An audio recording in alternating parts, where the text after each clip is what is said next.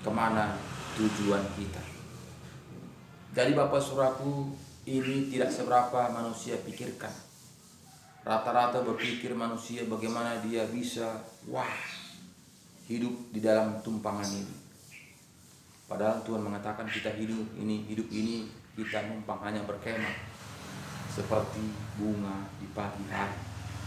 Begitu pagi-pagi hari bunga itu dia akan mekar.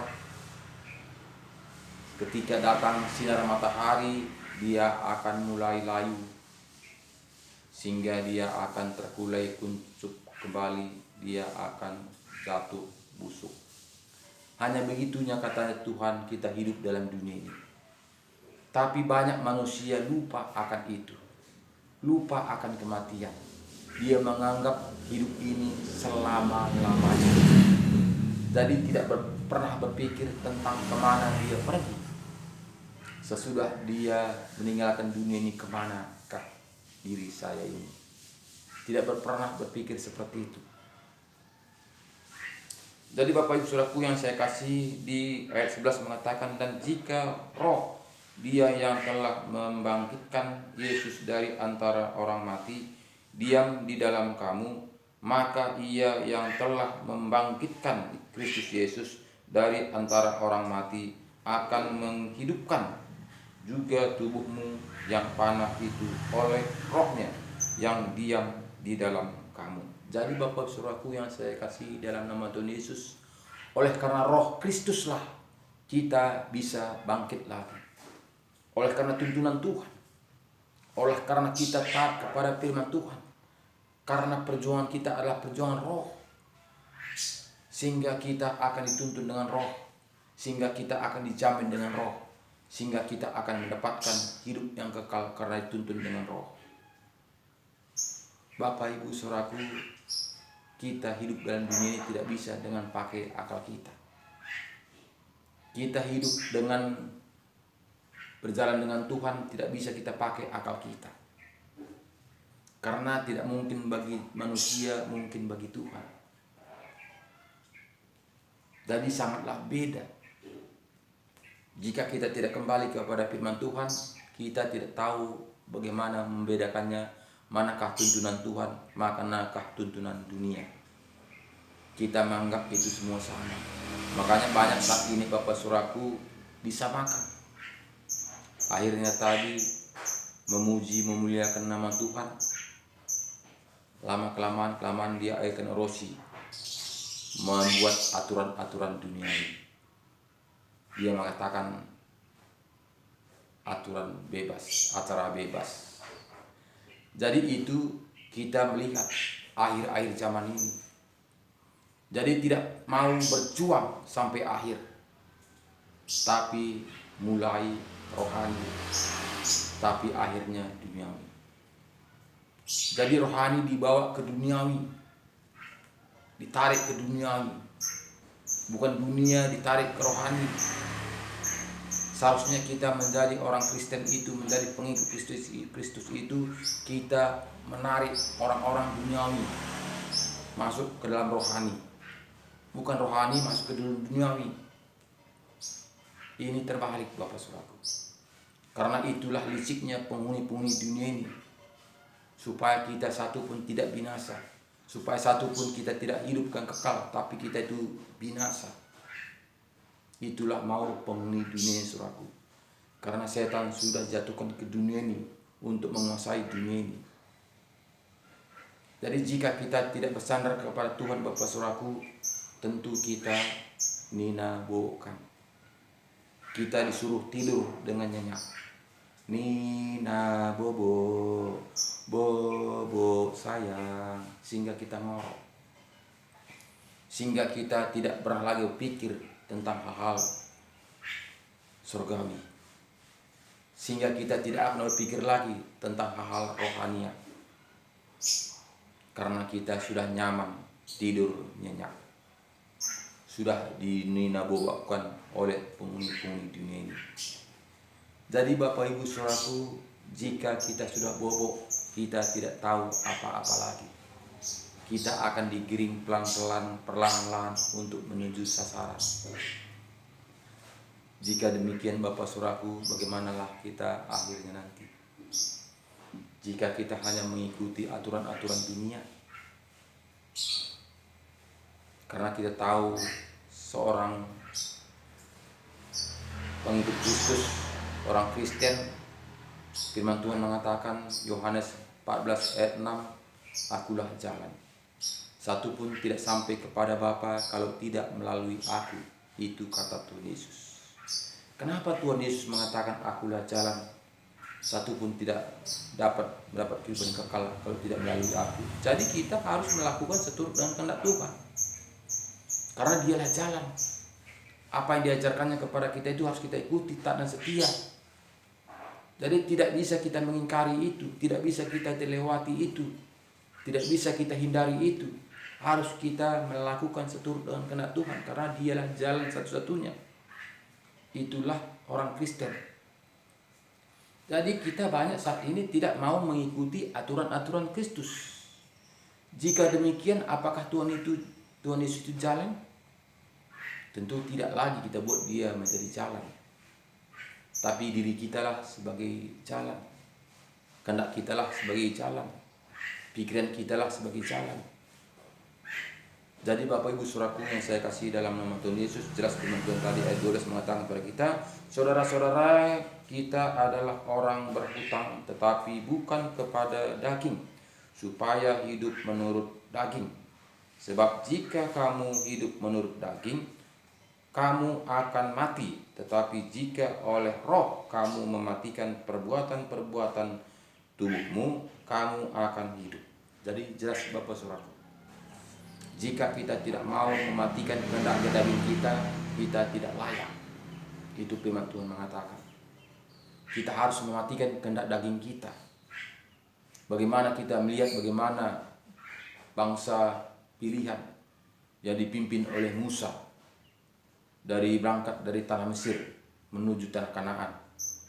Karena dia dikuasai pikirannya, karena dikuasai akalnya, sehingga mati di tengah perjalanan. Hanya Joshua dengan Kaleb lah yang selamat sampai di tanah Kanaan. Selainnya mati di tengah perjalanan. Karena apa?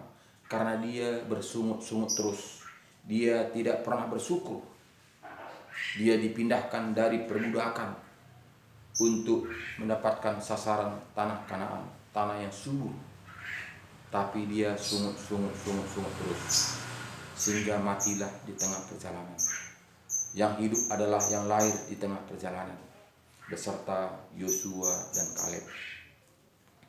Jadi itulah buktinya Bapak Saudaraku, jika kita tidak kembali kepada firman Tuhan, harus pindah. Kenapa harus pindah dari Mesir ke tanah Kanaan? Karena jika kita tetap di situ, kita akan diperbudak. Kita tidak akan bebas memuji memuliakan Tuhan. Jangan kita mengatakan samanya itu sana dengan sini, samanya itu di sini pun saya bisa memuji Tuhan. Sehingga kita tidak berpindah, sehingga kita tidak bergeser. Yang penting hati ininya kita mengatakan, tapi kita tidak berubah. Hanya pandangan kita yang berubah, tapi tubuh kita masih lengket di situ. Jadi itulah membuat kita Bapak Saudaraku, sehingga kita jauh dari kebenaran firman Tuhan. Kenapa? Karena kita tidak mau berpindah kepada kebenaran. Kita tidak mau berpindah kepada tuntunan Roh Kudus. Kita masih mengikuti aturan-aturan duniawi, aturan nenek moyang kita. Jadi Bapak Saudaraku, jelas firman Tuhan mengatakan kepada kita tadi, sebab jika kamu hidup menurut daging, kamu akan mati. Jadi jika kita mengikuti menurut daging, kita akan mati. Tetapi jika oleh Roh kamu mematikan perbuatan-perbuatan tubuhmu, kamu akan hidup. Jadi oleh Roh Kudus lah, tuntun Roh Kudus lah, kita bisa mampu untuk mematikan kehendak daging kita. Jika dengan kekuatan kita, dengan kehebatan kita tidak akan mampu untuk mematikan kehendak daging kita. Sehingga banyak saat ini orang Kristen mencampur aduk.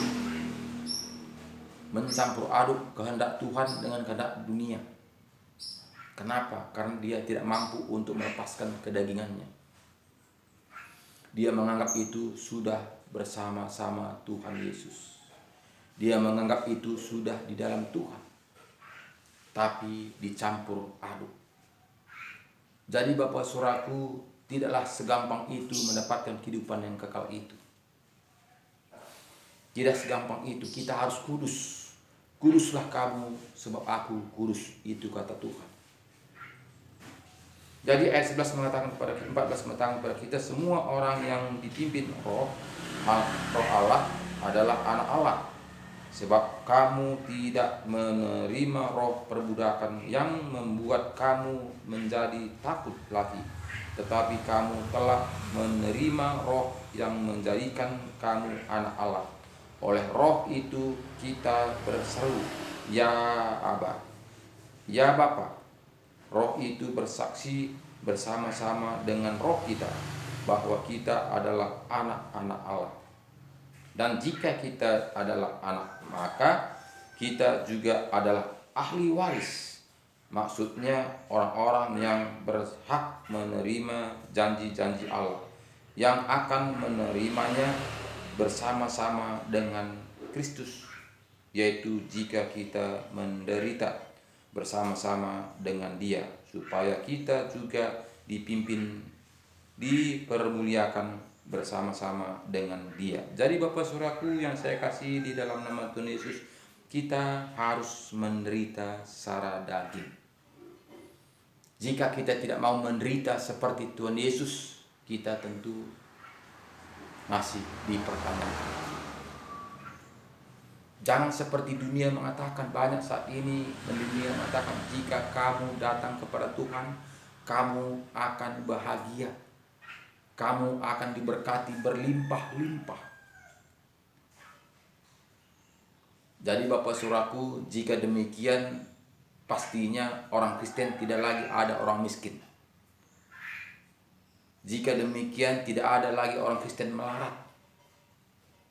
Jika demikian, tidak lagi orang Kristen yang menderita.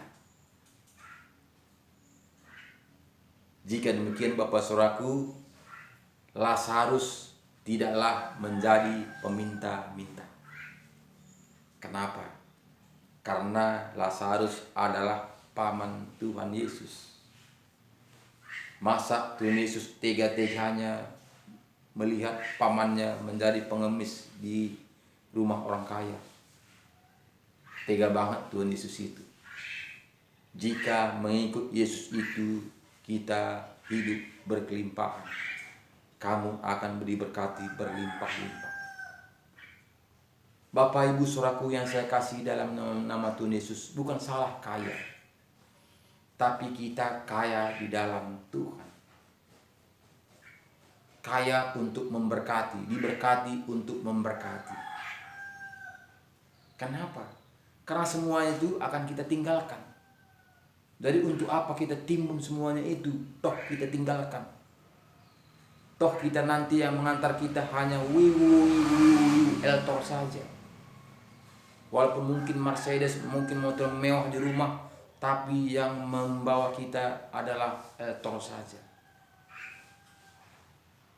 Jadi kita tidak bawa satupun kekayaan kita itu. Tapi jika kita kaya di dalam Tuhan, kita akan bisa menikmatinya itu seturut dengan kehendak Tuhan. Dan kita mendapatkan kehidupan yang kekal itu. Karena apa? Karena kita hidup di dalam roh. Sehingga kita tidak dikuasai dunia ini. Karena apa? Karena Tuhan mengatakan tadi, hidup di dalam roh. Jadi Bapak Saudaraku, akhir-akhir zaman ini hidup dalam roh itu sangatlah bisa dihitung dengan jari. Karena hampir rata-rata hidup dalam dunia ini mencari hal-hal tentang duniawi. Bahkan kami seperti kami ini hamba-hamba Tuhan juga tergiur tentang hal itu. Karena tanpa itu kita tidak bisa berbuat apa-apa. Itu memang benar, tapi bukanlah itu segalanya. Bukan perjuangan kita hal-hal tentang duniawi, bukan hal-hal tentang materi. Tapi bukan kita tidak perlu materi. Kita perlu materi, tapi itu tidak mengatur kita. Roh Tuhanlah yang mengatur kita. Makanya kita harus penuh dengan Roh Kudus, supaya Roh Kudus itu membimbing, menuntun, menyertai sepanjang kehidupan kita sehari-hari. Jika kita tidak penuh dengan Roh Kudus, tentu kita dikuasai oleh penghuni dunia ini. Karena roh cuma dua, roh setan, roh Tuhan. Jadi jika kita tidak tuntun Roh Kudus, tentu kita roh dunia yang menuntun kita. Jadi Bapak Ibu Saudaraku, sangat jelas firman Tuhan mengatakan kepada kita, sebab jika kamu hidup menurut daging, kamu akan mati. Tetapi jika oleh roh kamu mematikan perbuatan-perbuatan tubuhmu, kamu akan selamat. Jadi kita itu jika kita hidup dalam Roh Kudus, kita mematikan kehendak daging kita. Semua orang yang dipimpin Roh Allah adalah anak Allah. Jadi Bapak Saudaraku, jika kita berpikir dengan logika kita, jika kita berpikir dengan akal kita, jika kita belum dituntun dengan Roh Kudus, dikuasai dengan Roh Kudus, berarti kita menurut firman Tuhan yang tadi katakan kepada kita belum anak Tuhan. Karena di sini katakannya ayat 14 mengatakan kepada kita, semua orang yang dipimpin Roh Allah adalah anak Allah. Jadi harus dituntun dengan Roh Kudus. Jangan dengan akal kita, jangan dengan kepintaran kita. Banyak saat ini orang Kristen diatur oleh pikiran, oleh akalnya, oleh logikanya. Makanya sering kita lihat kamu akan diberkati berlimpah-limpah. Karena tujuan manusia rata-rata mencari kelimpahan, mencari kesenangan. Untuk apa itu semua Bapak-Bapak? Jika kita memperoleh seluruh dunia ini, tapi jiwa kita binasa, apakah kita bisa beli dengan uang kita yang banyak itu? Tentu tidak. Kuncinya hanya datang kepada firman Tuhan. Lakukan, taati, lakukan dan setia, supaya kita dituntun dengan Roh Kudus untuk mematikan kehendak daging kita. Jadi memang menderita Bapak Saudaraku. Misalnya kita hidup dalam Tuhan menderita, karena kita harus mematikan kehendak daging kita, harus mematikan selera kita. Tentu tidak seberapa manusia mau melakukannya. Makanya itu saya Bapak Saudaraku, banyak saat ini orang Kristen diaduk-aduk. Dia menikmati dunia, dia menikmati rohaninya, karena dia mencari aman, dia mencari ketenangan. Jika demikian Bapak Saudaraku, siapakah yang menyelamatkan kita? Jadi jelas firman Tuhan mengatakan kepada kita tadi, semua orang yang dipimpin Roh Allah adalah anak Allah. Sebab kamu tidak menerima roh perbudakan yang membuat kamu menjadi takut lagi, tetapi kamu telah menerima roh yang menjadikan kamu anak Allah. Oleh roh itu kita berseru, ya Aba, ya Bapa. Jadi oleh roh itulah kita berseru. Banyak orang Kristen saat ini tidak bisa berseru, hanya mengatur raja. Tuhan iniku, Tuhan iniku, Tuhan iniku, Tuhan, atur semua Tuhan. Berkati semua Tuhan. Dia mengatur, tapi dia tidak mau bersungkur di kaki Tuhan. Dia tidak mau menyembah Tuhan. Bapak Ibu Saudaraku yang saya kasih dalam nama Tuhan, sebanyak saat ini jika saya menanyanya, kamu menyembah siapa? Menyembah setan apa menyembah Tuhan? Banyak saat ini katakannya, saya menyembah Tuhan. Tapi Bapak Saudaraku, dia tidak pernah menyembah Tuhan. Tidak pernah dia bersungkur kepada di kaki Tuhan. Tapi dia mengatakan menyembah Tuhan. Jadi menyembah itu tentu kita sujud menyembah kepada Tuhan. Kita harus merendahkan diri. menanggalkan semua pikiran duniawi ini, mengosongkan diri kita, menerima Yesus menjadi juru selamat pribadi kita, supaya Roh Kudus menuntun menyertai kita, sehingga kita menangis minta ampun kepada Tuhan, karena kita ini sebetulnya tidak layak menjadi anak-anaknya. Bayangkan Bapak Saudaraku, raja di atas segala raja, sedang kita ini orang kafir, orang tidak berguna, harga debu pun tidak, bisa kita diterima menjadi anak-anaknya, menjadi ahli waris. Betapalah kita syukurnya itu Bapak Saudaraku. Tapi banyak saat ini kita tidak mau mengucap syukur, tidak menyukuri pemberian Tuhan itu. Kita menganggap itu biasa-biasa saja. Jadi Bapak Saudaraku yang saya kasih di dalam nama Tuhan Yesus, yang penuh Roh Kuduslah yang bisa menyukuri di mana kita sudah ditebus, sehingga kita mau bertobat, melakukan kehendak Tuhan, menanggalkan kedagingan kita, karena ada Roh Kudus yang menuntun, memimpin kita. Jadi jelas di sini tadi katanya Bapak Saudaraku, ayat 15 itu tadi, sebab kamu tidak menerima roh perbudakan yang membuat kamu menjadi takut lagi, tetapi kamu telah menerima roh yang menjadikan kamu anak Allah. Oleh roh itu kita berseru, ya Bapa, ya Bapa, ya Aba, ya Bapa. Roh itu bersaksi bersama-sama dengan roh kita bahwa kita adalah anak-anak Allah. Jadi Bapak Saudaraku, roh Tuhan itu dimateraikan dengan roh kita ini, sehingga kita menjadi gambaran Tuhan Yesus. Karena selama ini Saudaraku hilang dari gambarannya. Kita diciptakan seturut dengan gambarannya, tapi selama ini hilang karena kita jatuh ke dalam dosa. Mulai Adam dan Hawa kita sudah hilang dari gambaran Tuhan. Jadi Bapak Saudaraku, kita diangkat, dibalikkan kepada gambaran Tuhan Yesus, sehingga Yesus datang ke dunia ini untuk menyerupai gambarannya. Jadi jika kita tidak mau menjadi gambaran Tuhan Yesus, tentu kita tidak layak mendapat kehidupan kekal itu, menjadi anak-anaknya, menjadi ahli waris. Karena jelas firman Tuhan mengatakan kepada kita tadi, roh itu bersaksi bersama-sama dengan roh kita bahwa kita adalah anak-anak Allah.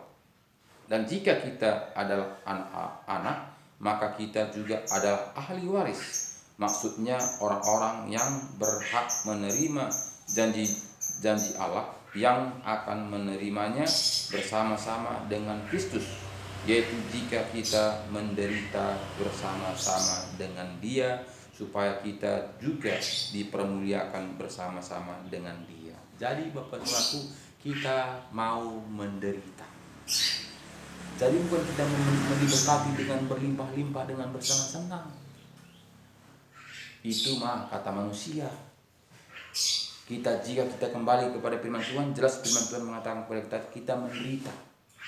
Di sini jelas katanya, kita ulangi lagi, ayat 17 mengatakan kepada kita tadi, dan jika kita adalah anak, maka kita juga adalah ahli waris.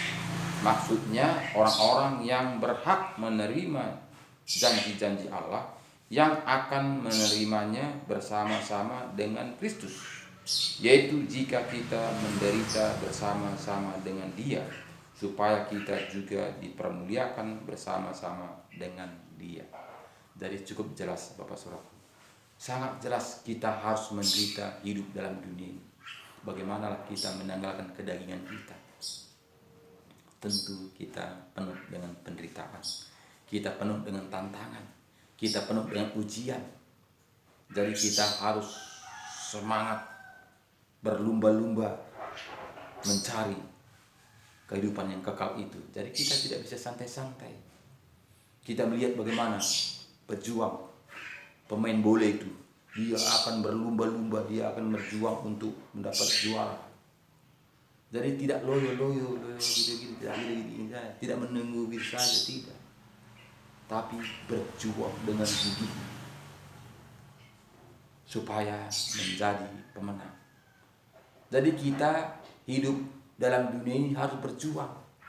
Kalau enggak kita nina bobokan dunia ini. Santai saja kamu, tunggu aja situ. Kamu sudah dibeli, kamu sudah selamat, kamu tinggal di bawah, pergi. Jadi dunia mengatakan seperti itu. Makanya banyak orang Kristen saat ini santai-santai saja. Cukup bergereja seminggu sekali, tidak mencari kebenaran firman Tuhan, tidak kembali kepada Alkitab. Alkitab ini sebagai panjangan di lemari, membuktikan dia Kristen. Bapak, Ibu, saudaraku yang saya kasih dalam nama Tuhan Yesus, marilah mulai sekarang bukalah hati kita, kembalilah kepada firman Tuhan, Alkitab, di mana Yesus sudah mengajari kita tahun 2000 lalu. Dia sudah mengajari kita, membimbing kita, membina kita, segala cara Yesus sudah perbuat. Karena dia sangat mengasihi kita, karena dia sangat peduli kepada kita, karena dia tidak ingin kita binasa, melainkan beroleh hidup yang kekal. Siapa yang taat dan setia melakukan firman-Nya, tentu dia menjadi ahli waris. Jadi Bapak Ibu saudaraku yang saya kasih dalam nama Tuhan Yesus, walaupun mungkin tantangan penderitaan yang kita hadapi, jangan pernah mundur, jangan pernah khawatir, karena kita harus mendapatkan ujian supaya kita naik kelas. Kita harus ada tantangan supaya kita gigih berjuang. Jika tidak ada tantangan, tentu kita tidak bisa gigih untuk berjuang. Karena apa? Karena pasti santai-santai kita. Jadi Bapak Ibu saudaraku yang saya kasih dalam nama Tuhan Yesus, marilah kembalilah kepada Alkitab. Baca Alkitab, undang Roh Kudus masuk dalam hati kita, sehingga Roh Kuduslah yang membina, menyertai, mengajari kita, sehingga kita mengerti jalan-jalannya Tuhan. Tetap semangat, andalkan Tuhan, jangan lupa share sebanyak-banyaknya firman Tuhan ini, supaya keluarga kita, saudara kita, teman-teman kita juga mendapatkan firman Tuhan ini, supaya kembali kepada Alkitab, supaya kita nanti mendapatkan bersama-sama, mendapatkan kehidupan yang kekal itu. Karena tidak ada jalan pilihan, harus kembali kepada Alkitab. Jangan lupa subscriber firman Tuhan ini, supaya tersebar ke seluruh dunia, bahkan ke pelosok-pelosok. Karena tanpa dukungan Bapak Ibu saudaraku, firman Tuhan ini tidak bisa berkembang. Tapi karena bantuan Bapak Ibu saudaraku sekalian, firman Tuhan ini bisa terbagi ke seluruh dunia. Terima kasih banyak. Tuhan Yesus memberkati kita. Shalom.